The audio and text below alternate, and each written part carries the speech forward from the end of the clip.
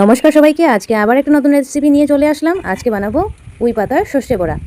পুঁই পাতার সর্ষে বড়া বানানোর জন্য প্রথমেই পুঁই পাতা গাছ থেকে ছিঁড়ে আনলাম। দেখুন একদম আমার হাত বরাবর পাতা, কত বড় বড় পাতা। এবার আমি পুঁই পাতাকে ধুয়ে নেব।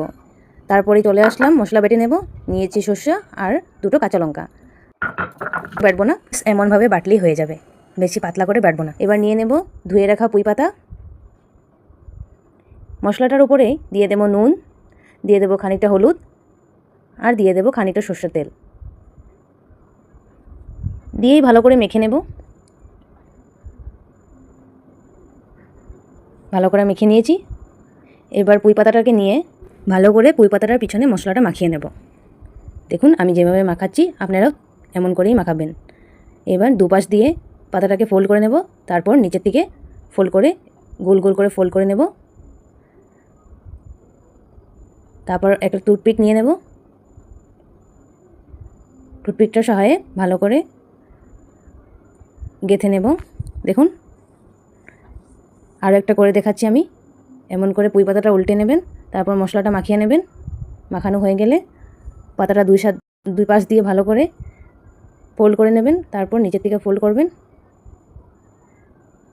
তারপর টুথপিক দিয়ে এরকম করে ভালো করে লাগিয়ে নেবেন। দেখুন আমার সব কটা করা হয়ে গেছে। এবার আমি একটা ব্যাটার রেডি করে নেব। ব্যাটারটার জন্য প্রথমেই নেব বেসন, তারপরে নেব চালের গুঁড়ো, তারপরে দিয়ে দেব নুন, আর দিয়ে দেব হলুদ গুঁড়ো, আর দিয়ে দেবো কালো জিরে। ব্যাস জল দিয়ে এখন ভালো করে একটা ব্যাটার রেডি করে নেব। ব্যাটারটা বেশি পাতলাও করব না আর বেশি গাঢ়ও করব না, ঠিক এমনভাবে করব। এবার বড়াটাকে ভালো করে বেসনের মধ্যে ডুবিয়ে তেল আগে থেকে গরম করে রেখেছিলাম, একে করে সব বড়া ভালো করে দিয়ে দেব।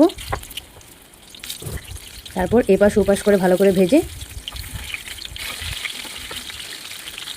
ভাজা হয়ে গেছে। এবার ব্যাস নামিয়ে নেব। সব কটাকে ভালো করে ভেজে নিয়েছি। আমার ভিডিও যদি আপনাদের ভালো লেগে থাকেন তাহলে লাইক, কমেন্ট আর শেয়ার করে দেবেন।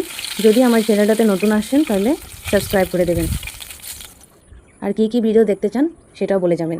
দেখুন আমার বড়া তো রেডি। আমি এর সঙ্গে পাতা বড়াও দুটো মতো ভেজে নিয়েছিলাম। এবার গরম গরম ভাতের সাথে খেয়ে নেব। আজকে তো আসছি। ধন্যবাদ সবাইকে।